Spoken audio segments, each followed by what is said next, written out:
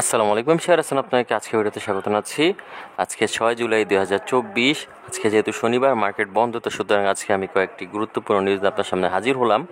তো আশা করছি আজকের এই নিউজগুলো আপনাদের ভালো লাগবে এবং সামান্যতমূলক উপকার আসবে এবং আগামী দিনে বিনিয়োগ করার ক্ষেত্রে নতুন চিন্তা ভাবনা করার সুযোগ আসবে। তো যাই হোক, ভিডিওতে যাওয়ার আগে একটা ছোট্ট অনুরোধ করি, আমার এই ভিডিওটি যদি আপনাদের ভালো লেগে থাকে বা সামান্যতম উপকার আসে, তাহলে আমি আশা করবো আপনারা আমার চ্যানেলটিকে সাবস্ক্রাইব করবেন এবং ভিডিওতে লাইক অ্যান্ড শেয়ার করবেন। যাই হোক, আর কথা না বলে সরাসরি আমরা ভিডিওর মূল অংশে চলে যাই। তো আমরা এখানে দেখতে পাচ্ছি আজকে প্রথমে যে নিউজটি, সেটা হচ্ছে শেয়ার বাজারে পুঁজি ফিরে পাওয়ার অপেক্ষা বিনিয়োগকারীরা। তো মূলত বিগত সপ্তাহটি খুবই ভালো গিয়েছে, আমরা যেটা আশাও করিনি এরকম একটি দিন গিয়েছে। বিশেষ করে গত বৃহস্পতিবার অর্থাৎ সপ্তাহের শেষ দিন কিন্তু মার্কেট অনেকাংশে পয়েন্ট আপ করেছিল এবং মার্কেট খুবই একটা ভালো অবস্থানে ছিল। এটার বড় কারণ যেটা হতে পারে সেটা হচ্ছে যে শেয়ার মার্কেটে সরকারি কর্মকর্তা এবং কর্মচারীদের আইনগত যেই বিনিয়োগ করার যেই বিষয়টা বা সুযোগ, সেটা আসতে যাচ্ছে। অর্থাৎ এখন থেকে চাইলে সরকারি বিভিন্ন কর্মকর্তা কর্মচারীরা তারা শেয়ার মার্কেটে আইনগতভাবে বিনিয়োগ করার সুযোগ পাবেন। এতে করে দেখা যাচ্ছে যে শেয়ার মার্কেট নতুন বিনিয়োগ আসতে পারে। এতে করে সাধারণ বিনিয়োগকারীরা অর্থাৎ যারা বর্তমানে শেয়ার মার্কেট থেকে কিছুটা মুখ ফিরে নিয়েছিল, তারাও শেয়ার মার্কেটে আসতে শুরু করেছে। এছাড়া বড় বড় বিনিয়োগকারীরাও ফিরে আসতে শুরু করেছে। তো আশা করা যাচ্ছে ভালো পরিমাণই বিনিয়োগ হতে পারে, যেহেতু আমরা বৃহস্পতিবার দেখতে পেয়েছিলাম ভালো পরিমাণ লেনদেন। তো এরকমভাবে যদি লেনদেন বৃদ্ধি পায়, তাহলে আমি আশা করি একটা সময় এসে কিন্তু অনেকাংশে পয়েন্ট আপ হবে এবং বিনিয়োগকারীদের যেই পরিমাণ অর্থ হারিয়েছিল শেয়ার মার্কেটে, অর্থাৎ পুঁজি হারিয়েছিল, তারা সেটা ফেরত পেতে পারে। এরকম একটু উচ্চতর সম্ভাবনা রয়েছে। তো যাই হোক, এটা শুধু একটা আশার খবর। এখন দেখা যাক আগামী রবিবার কী অবস্থা হয়। অর্থাৎ আগামীকালকেই তো রবিবার, আমরা দেখতে পাবো আসলে কী পরিস্থিতি দাঁড়ায়। তবে আমি আশা করছি মার্কেট ভালো হবে।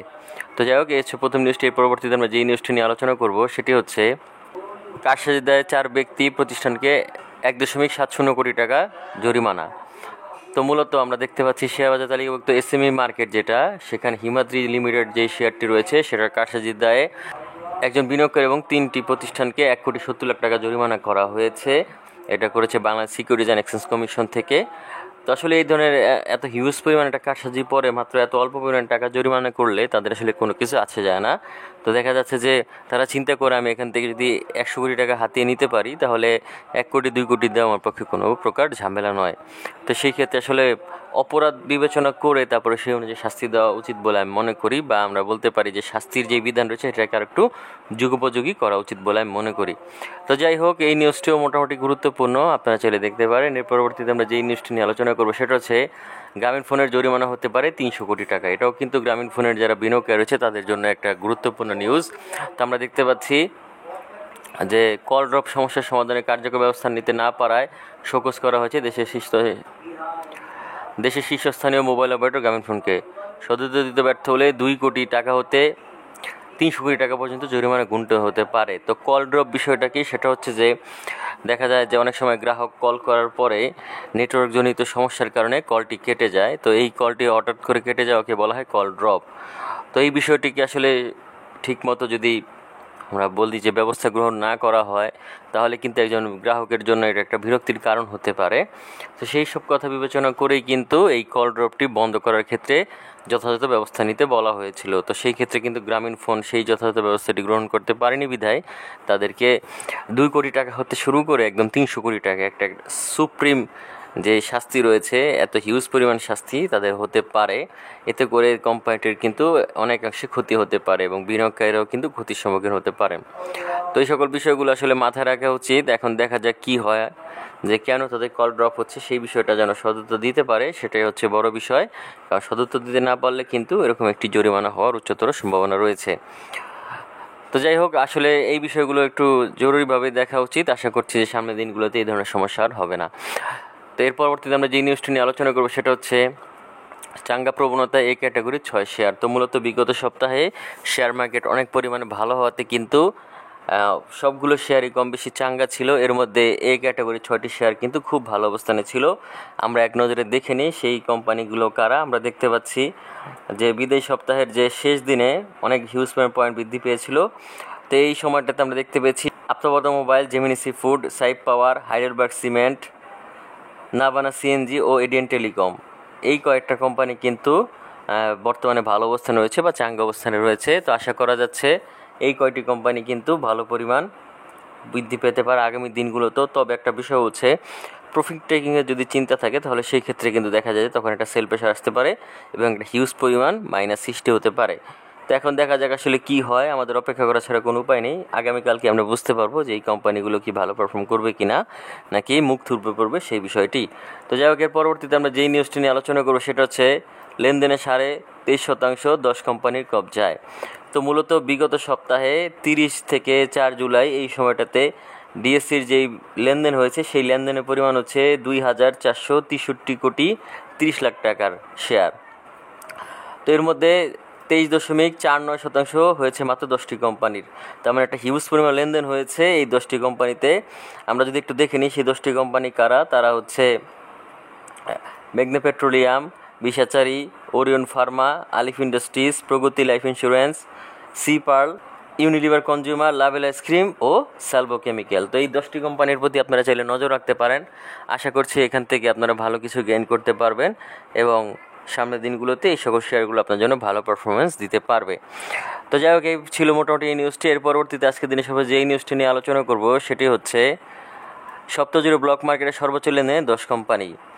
তো আমরা যদি এক নজরে দেখি যে বিগত সপ্তাহে 30 থেকে 4 জুলাই পর্যন্ত, অর্থাৎ 30 জুন থেকে 4 জুলাই পর্যন্ত যেই লেনদেন হয়েছে ব্লক মার্কেটে, এর মধ্যে থেকে 10টি কোম্পানি কিন্তু হিউজ পরিমাণ লেনদেন হয়েছে ব্লক মার্কেটে। তো আমি সবসময় আপনাদেরকে ব্লক মার্কেট দেখতে বলি, এটার বিশেষ কারণ রয়েছে। অর্থাৎ ব্লক মার্কেট থেকে আপনারা কিন্তু চাইলে হিউজ পরিমাণ লেনদেন প্রাপ্ত শেয়ারগুলোতে বিনিয়োগ করতে পারেন। কারণ হচ্ছে ব্লক মার্কেটে কোনো সাধারণ বিনিয়োগকারীরা ক্রয় করে না, এখানে আসলে বড় বড় বিনিয়োগকারী ক্রয় করে থাকে। এবং যেহেতু বড় বড় বিনিয়োগকারীরা এই শেয়ারগুলো ক্রয় করছে, অর্থাৎ তার মধ্যে নিশ্চয়ই কোনো গোপন রহস্য রয়েছে বিধায় তারা কিন্তু ক্রয় করছেন। কারণ বড় বড় বিনিয়োগকারীরা কিন্তু আপনার আমার মতো সাধারণ কোনো বিনিয়োগকারী নয়, তারা হচ্ছে অনেক অ্যানালাইসিসের মাধ্যমে বা আমরা বলতে পারি তারা হচ্ছে প্রফেশনাল বিনিয়োগকারী। তো সেই ক্ষেত্রে এই সকল প্রফেশনাল বিনিয়োগকারীরা যে সকল শেয়ারে বিনিয়োগ করে থাকে, তো আশা করা যায় সেই সকল শেয়ারগুলো ভালো করতে পারে। তো আমরা যদি একটু এক নজরে দেখে নিই সেই কোম্পানিগুলো কারা, তারা হচ্ছে যমুনা অয়েল, মেঘনা petroleum, Pragati life insurance, crystal insurance, fine foods, Unilever consumer, national bank, mutual trust bank, Rupali life insurance এবং লাভেল আইসক্রিম। এই কোম্পানিগুলো কিন্তু আসলে ভালো অবস্থানে রয়েছে ব্লক মার্কেটে। তো আপনারা চাইলে কিন্তু এই সকল কোম্পানিগুলোতে বিনিয়োগ করতে পারেন দীর্ঘমেয়াদের জন্য। তবে অবশ্যই এই সকল কোম্পানিগুলোর মধ্যে যে সকল শেয়ারগুলো ফান্ডামেন্টালি স্ট্রং সেই সকল শেয়ারগুলোতে বিনিয়োগ করতে পারেন।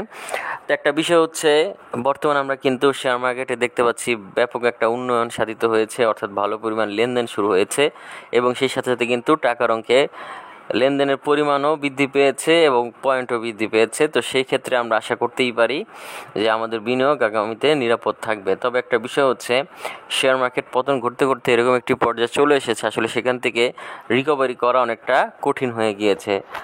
আরেকটা বড় বিষয় হচ্ছে, শেয়ার মার্কেট কিন্তু পতন হতে হতে দেওয়ালে পিঠ ঠেকে গিয়েছে, এখন কিন্তু আসলে এটা আপ হওয়া ছাড়া তেমন কোনো উপায় নেই।